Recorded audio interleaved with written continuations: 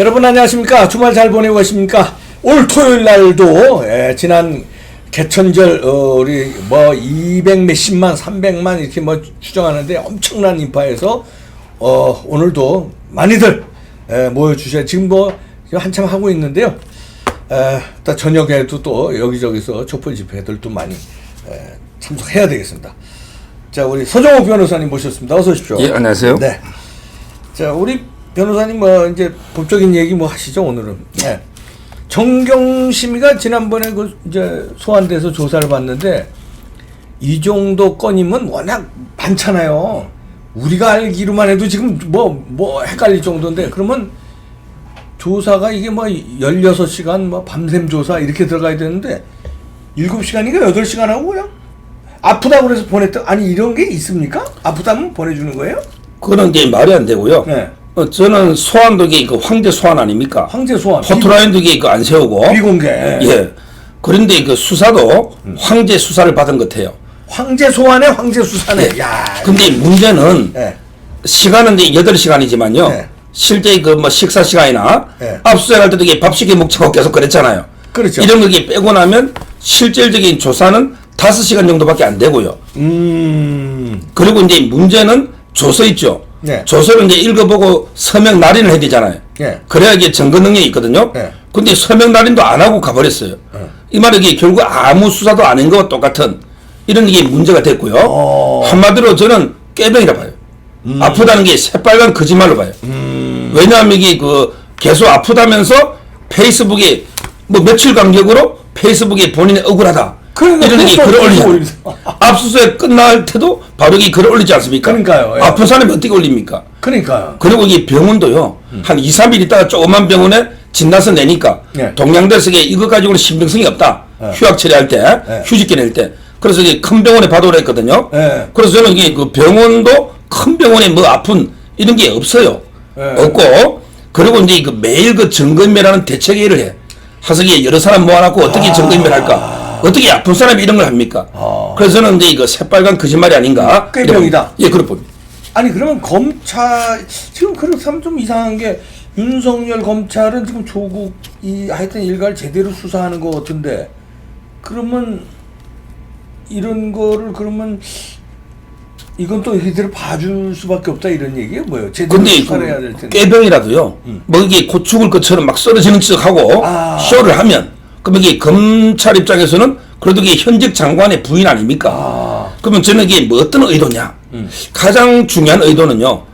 자기도 이제 예행 연설을 많이 했겠죠. 네. 조사받으러 가면 예상 질문이나.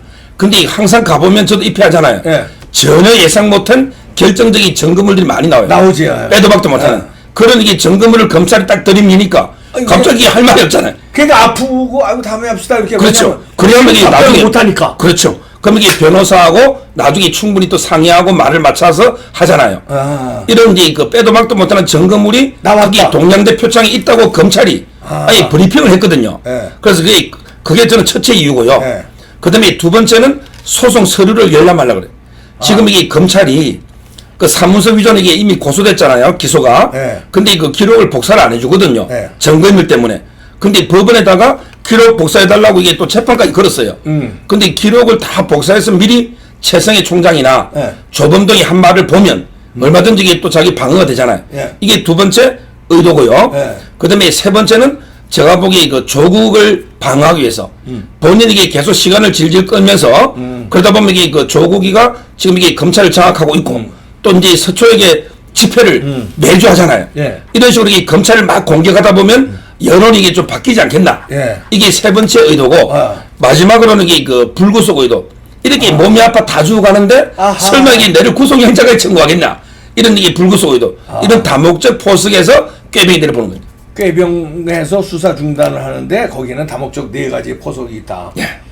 야, 이건 그러면 이 사람도 정경심도 이제 이런 거에 그 아주 임기응변이라든가 이렇게 거짓말하고 자기 합리화하고 이런데 선수인데 이건 누가 뒤에서 코치를 그러면 해줘. 야, 뭐 빼도 박도 증거 나오면 야 아프다 그러고 다음에 하자 그래라.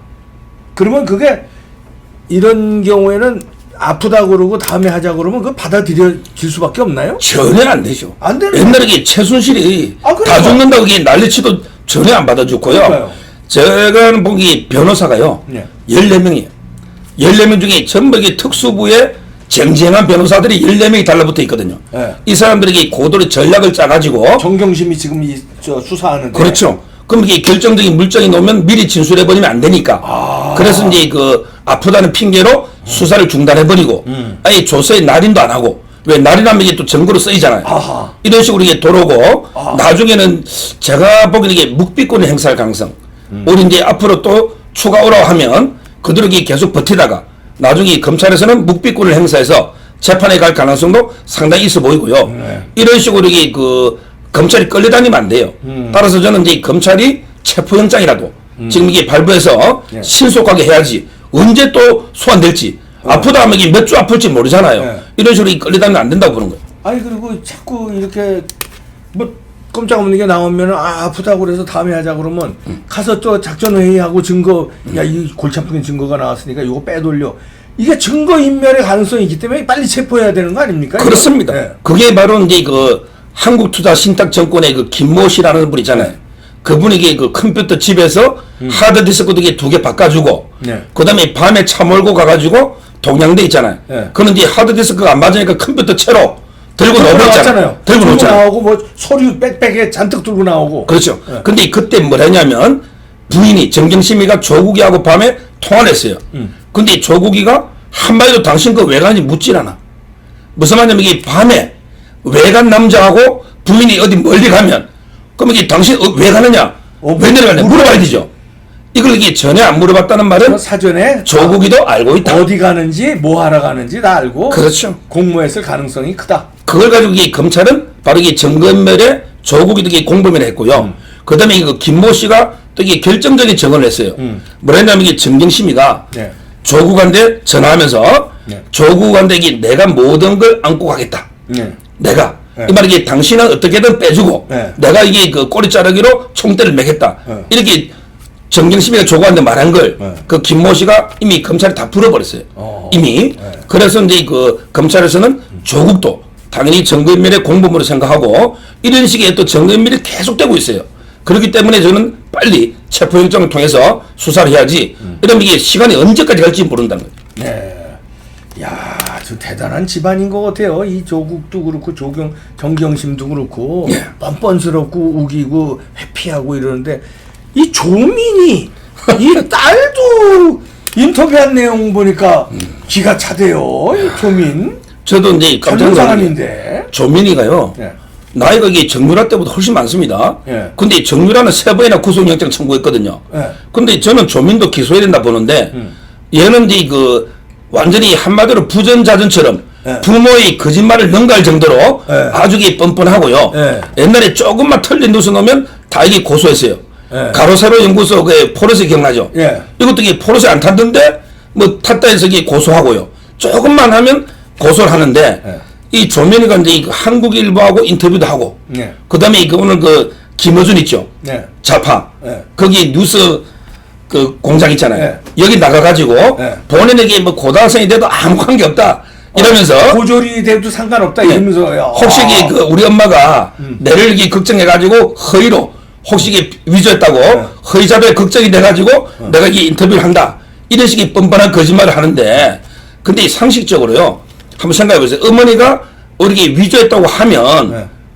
본인도 이게 피해되는데 어떤 딸을 위해서 어머니가 안 한 걸 네. 뭐 했다고 이게 허위 자백할 일은 없잖아요. 그렇죠. 상식이 전혀 안 맞고 저는 뭐 딸하고 엄마하고 이게 다 상의해서 표창장이든 인턴이든 다 만드는 거지. 네. 뭐 이게 그 딸은 몰랐겠습니까? 28이에요. 네. 그래서 저는 이게 그 참 검찰이 고민하는데 아니, 왜냐면 조민도 이게 기소해야 돼요. 자기가 인턴십 제대로 안 한 거 자기가 알 거 아니에요. 그럼요. 그리고 자기가 자소서 썼잖아요.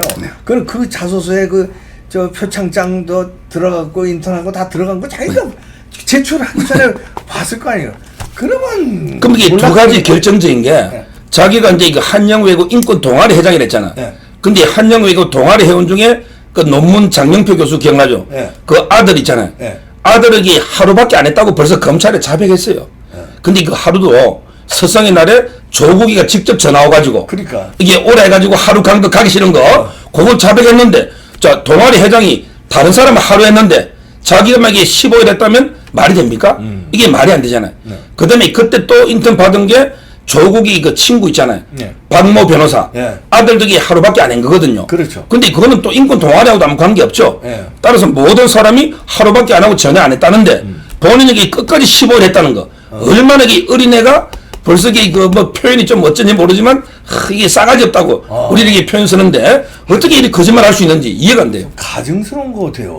아니 어떻게 지금 조국과 정경심은 네.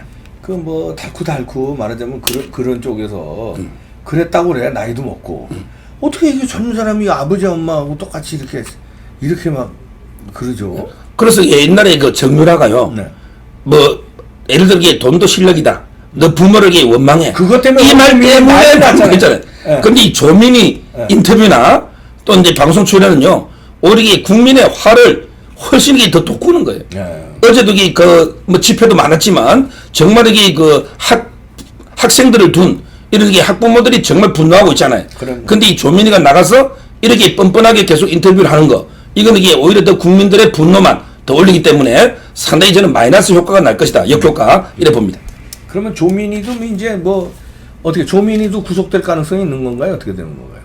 최순실이 한 말 있잖아요. 네. 우리 이게 정유라는 금메달 따려고 이게 노력이라도 했지. 네. 조민이가 한 게 뭐냐 말이에요. 네. 근데 실제 정유라는요. 억울합니다. 저는 이게 제2의 정유라 사건을 할 때 방송에서 계속 비판했어요. 정유라가 위조한 게 뭐냐? 정유라는 게 노력해서 아시안게임의 금메달이 가짜냐? 그게 아니잖아요. 네. 근데 이 금메달을 땄는데 면접 점수 그 반영 시점 이후에 반영했다. 네, 그거 이걸로 이게 네. 3년 실형 받았어요. 네. 그럼 이게 그에 비하면 조민이는 표창부터 인턴부터 키스턴 인턴 전부 이게 위조 아닙니까? 네. 제대로 된 게 하나도 없잖아요. 근데 0. 얼마 차로 떨어지고 하는데 이런 것들이 영향 안 줄 수 없잖아요. 따라서 저는 정유라는 그 덴마크에 있는 걸 강제로 그 인터폴 적색수배에서 네. 데려와서 구속영장을 3번 청구했거든요. 네. 거기에 하면 이게 당연히 조민이도 정유라 거리 형평에 맞게 저는 이게 구속 기소를 하는 게 원칙이 맞는 거죠. 그렇죠.